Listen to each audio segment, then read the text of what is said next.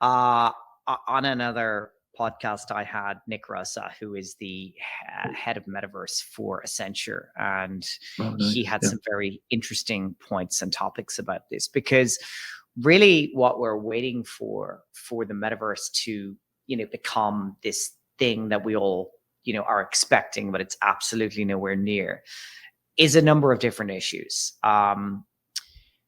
There's a hardware issue. There's a literal computational performance ability that we're just not there yet. I mean, Apple are rumored to be bringing out this new headset, which will probably have an M2 chip in it. They're not cheap. They're thermally efficient, but still nowhere near where we need to go. Then we can get into pixel streaming and all that sort of stuff, but huge issue. Then the software, the content, what's it going to look like? What's it going to do for us? We need the iPhone App Store sort of moment of that. But there's also the societal change element to this as well. Because realistically, if we want, to be living in this Minority Report style world where all of the world's information is around us at all time, and it's, via a very simple pair of glasses, it's all well in theory. But the example I'll give you is I got a smartwatch very, very early on when they were brand new. Okay. One of the original, before Google, I think it was an LG or something like that. And initially I was like, this is brilliant. I was like, it's amazing, because it means that when I get a message, I don't have to take my phone out of my pocket. I don't have to unlock it to look at it and then put away. I can just go like that. Okay. Also, like we talked about earlier, I've always been a big voice user. So on the front of my thing, I would tap that and I would go, what's the weather like tomorrow, or whatever it was. But I reasonably quickly stopped using this thing altogether. I'm pretty sure I have it at home in a drawer. Yeah. But the reason is, and tell me if you this rings any bells.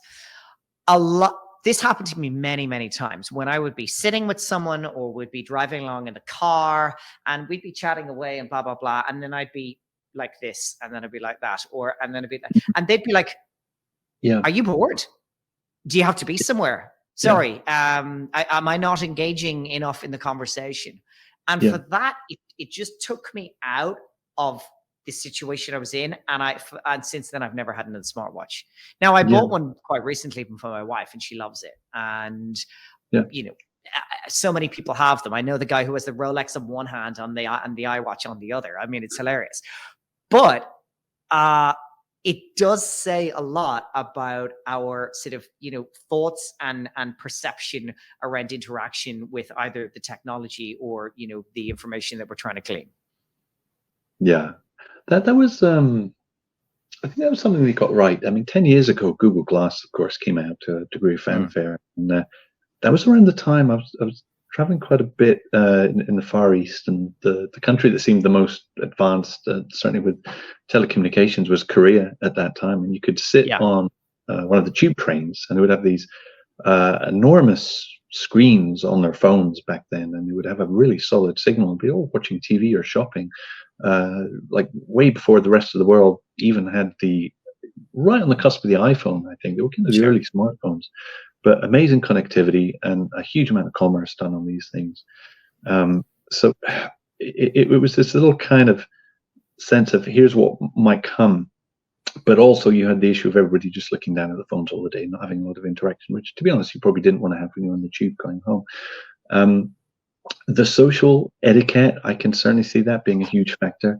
The idea behind Glass was, I think we'd also sort of nicknamed it Google Glance. Instead of getting your phone out and being completely distracted, you just sort of look up and it would be in your eye line. And on the one hand, you were more present in your friends and in the company that you were keeping. But it was just the freakiness of that interaction, the idea that somebody was having this augmented view and the fear of a camera potentially trained on your face. That's whether it was recording or not. We never got past that, really. But the principle was staying engaged with the people you were with in that moment, but it didn't really make it through to the product. Even though the technology was there, society wasn't ready for it quite yet. Exactly. And that's the way I look at it. Google, I've never tried one on, so I don't know. But I think if it didn't have a camera, it might have got further. People just sort of went, what do you mean? Some guy's going to be coming in, he's wearing a pair of glasses and he can be videoing me or taking pictures of me at any time. I am not cool with that. That to me was the crux of it. They should have just not had a camera and have been it. They could add the camera later. I mean, Snapchat had spectacles. There's a number of other companies, including some Chinese ones now, who have glasses. They're big and clunky and horrible and blah, blah, blah. Sure. But I met a guy who, you know, is literally doing on a records 24/7 and streams to the cloud. And he's got a partnership with Ray-Ban. So, you know, it's coming. But that's 10 years later than Google Glass came out, because it's the societal change that needs to happen. And I think we do need an ability, like the glasses, you know, you take them off. Okay, you're having dinner with someone, you take off the glasses. You know, you're walking down the street, you're on a bus, you can wear them. But, you know, I think if we had this full augmented reality, just like the glasses you have there, and I can be in a meeting or I can be, you know, talking to someone and they don't know, what's he looking at? You know, is he scrolling Reddit? Is he watching porn? Who knows? You know, and we're not ready for that quite yet. Yeah. Well, weirdly, I mean, back to this idea of the acceptability, you had mentioned Apple previously, and I think prior to the AirPods, you had the Bluetooth road warriors. You know, you got the sense it was some cheesy sales guy going down, driving, not really paying attention to the road, but he had the Bluetooth headset in there, speaking to his sales manager. And it was just not something that fashionable people did walking down the street. I remember, like, years ago, there was one point I just stood, I think when the AirPods first came out, I stood on a corner of a street just around from the Google office in New York and counted how many people had these AirPods in after about 6 months of them being out there, and it was phenomenal to me. And the fact that, I mean, I should say the ones, I forget which generation it had, but the ones which had the microphone built in, that was an eye opener for me.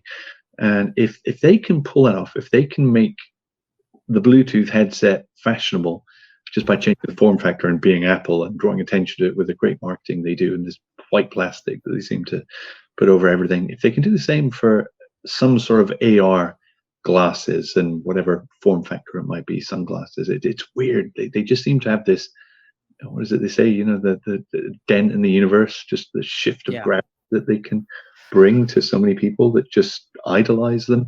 Maybe they can do it again for AR glasses. I'd be thrilled if they did. Sure. It's going to be expensive, that's for sure.